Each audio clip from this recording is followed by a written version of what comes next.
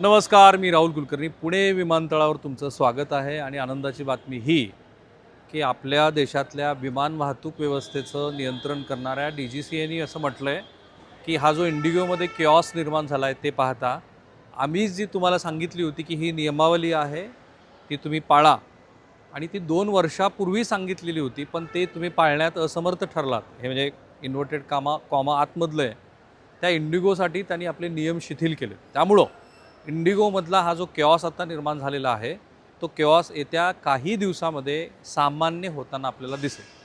पण मग हे सगळं कशाचं लक्षण आहे?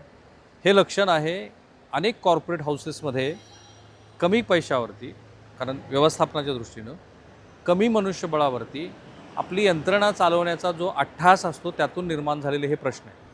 खरं म्हणजे इंडिगोचं ह्या देशातल्या विमान वाहतूक व्यवस्थेमध्ये 60% जे कॉन्ट्रीब्युशन आहे ते पाहता त्यांनी ज्यावेळेला DGCAने त्यांना सांगितलं होतं की पायलट जे विमान वाहतूक करतात त्यांच्यासाठीचे काही नियम आहे आणि त्या नियमाला तुम्ही तंतोतंत पालन केलं पाहिजे.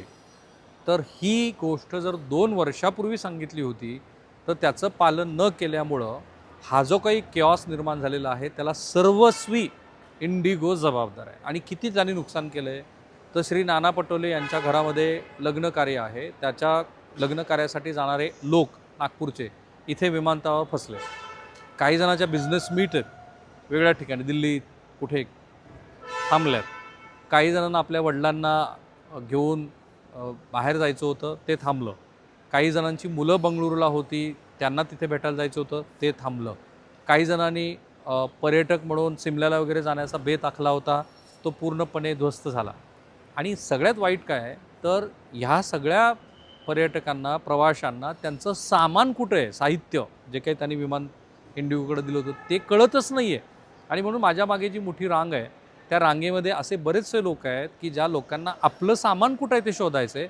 त्यांना एवढंच सांगितलं जातं आहे की हा फलाना फलाना नंबर आहे त्याच्यावरती बोला आणि त्या नंबरवरती कुणी रिस्पॉन्ड करत नाही. बरेचसे इंडिगोचे कर्मचारी हे निघून गेलेले आहेत विमानतळ सोडून आणि त्यामुळं हा सगळा केऑस आहे.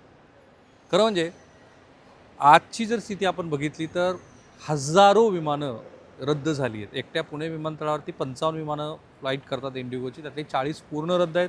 बाकीची पण रद्द होण्याच्या मार्गावरती आहेत. पण किमान एवढं तरी सांगितलं जात आहे की ती रेस्केड्यूल केली जात आहेत. पण आता हे जे ड्युटी टाईम लिमिटेशन ज्याला FDTL असं म्हणतात, म्हणजेच काय फ्लाईट ड्युटी टाईम लिमिटेशन, हे नियम 1 नोव्हेंबर 2025 पासून दुसऱ्या टप्प्यात लागू झाले. हे नियम DGCAनं कोर्टाच्या आदेशानंतर आणले होते.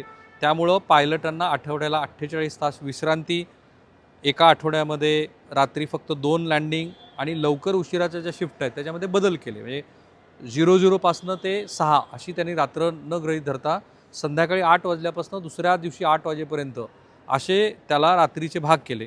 आणि त्यामुळं काय झालं की पायलटांना मोठ्या प्रमाणामध्ये विश्रांती मिळायला लागली. बरं, पूर्वी कसं होतं की आत्ता कळतं ते की विमान वाहतूक करणाऱ्या कंपन्या आपल्या पायलट्सना विमानामध्येच विश्रांती करायला सांगतात.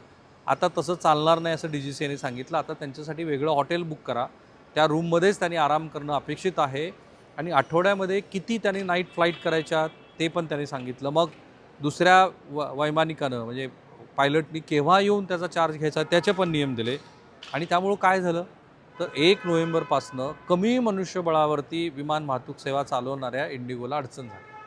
आता हे खरं आहे की आपल्याकडच्या देशांतर्गत वाहतुकीचा 60% भार वाहणारी ही जी इंडिगो आहे ही अक्षरशः काही लोक त्याला हवेतली बस वगैरे पण म्हणतात. इतक्या वेळेला विमानातनं प्रवास केल्यानंतर लक्षात येतं की पूर्वीच्या विमानातल्या सर्व्हिस म्हणजे खास करून एअर इंडिया असेल किंवा किंगफिशर असेल आणि इंडिगोतली सर्व्हिस प्रत्येक गोष्ट इथे तुम्हाला पे करून घ्यायला लागते.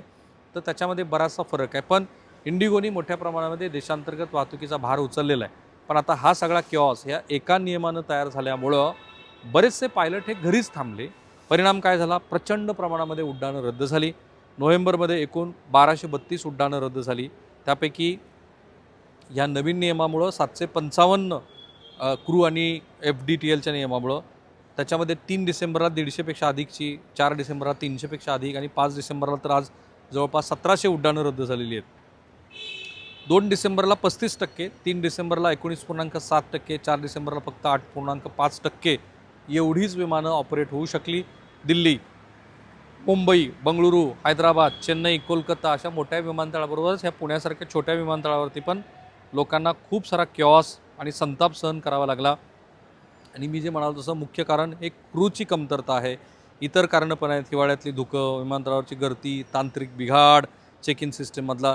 त्यामुळं आतील सगळी रोस्टरिंगची त्रुटीच निर्माण झाली आणि इंडिगोनं स्वतःच कबूल केलं आहे की क्रूची गरज आम्ही चुकून कमी समजलो, परंतु आत्ताच आमच्या लक्षात येतं आहे.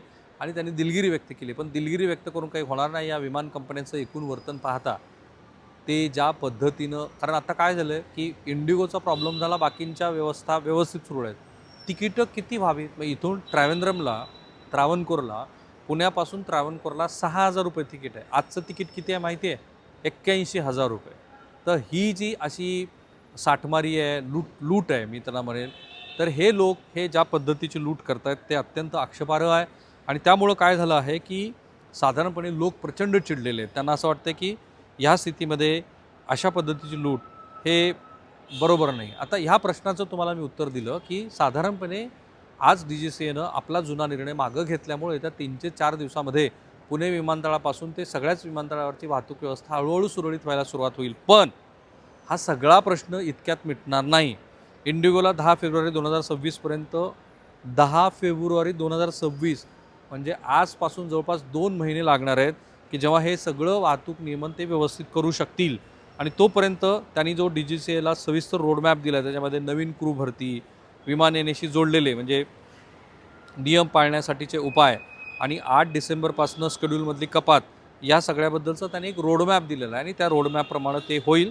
पण याच्यासाठी त्यांना वेळ पूर्णपणे ऑपरेशनल होण्यासाठी फेब्रुवारीपर्यंतचा काळ जाईल. पण दरम्यानच्या काळामध्ये हे जे FDTL आहे, DTL flight duty time limitations, हे मला असं वाटतं की टप्प्याटप्प्याने याच्यामध्ये इंडिगो सुधारणा करेल. आणि खरं तर सरकारला पण हा प्रश्न आहे आणि हे खरं आहे की विमान वाहतूक करणाऱ्या विमान कंपन्या ह्या फार मोठ्या प्रॉफिटमध्ये आहेत वगैरे असं नाही. इनफॅक्ट बऱ्याच विमान कंपन्या तर दिवाळखोरीमध्ये जाऊन बंद पडल्या. काही विमान कंपन्यांचं मॅनेजमेंट हे करणं हे विमान वाहतूक करणाऱ्या विमान कंपन्यांना बरंचसं जड जातं आहे. पण तरीसुद्धा जेव्हा इतक्या मोठ्या देशातल्या विमान वाहतुकीचं नियमन करत असताना संभावित परिणामांची आपल्याला अंदाज का येत नाही आहे? ज्या पद्धतीचा क्यॉस आज झाला त्याच्यातनं असं लक्षात येतं आहे की आपल्याकडे अजूनही ज्याला अँटिसिपेशन आपण म्हणतो त्याच्यात आपण कमी आहोत. राज्यमंत्री श्री मुरलीधर मोहोळ यांचा हा मतदारसंघ पुणे, त्यांचं तर काही अधिकृत स्टेटमेंट ह्या सगळ्या प्रकारावरती मी पाहिलेलं नाही आहे. इंडिगोची जी मिटिंग झाली त्या मिटिंगमध्ये केंद्रीय मंत्र्यांनी त्यांना बरेच प्रश्न विचारले वगैरे, पण त्यांनी काही उत्तरं सापडलेली नाही आहेत. फक्त एवढाच दिलासा आहे की आत्ता हे नियम मागे घेतल्यामुळे येत्या 3 ते 4 दिवसामध्ये पुन्हा एकदा विमान वाहतूक सुरळीत होताना दिसेल आणि हा सगळाच प्रश्न मिटायला फेब्रुवारी उजाडणार आहे. काय घडतंय, कसं घडतंय, लोक कसे चिंतेत आहेत? कारण इथे 8 महिन्याच्या एक प्रेग्नंट महिला प्रवासी पण आहेत ज्यांना गेल्या 12 तासापासून त्या विमानतळावरती आहेत. काही लोक असे आहेत जे 3-3 दिवसापासून इथे आहेत. काही लोक असे आहेत की जे 18-20 तासपासून इथे आहेत. त्यांच्यासाठीची ही सविस्तर माहिती होती. थांबूया.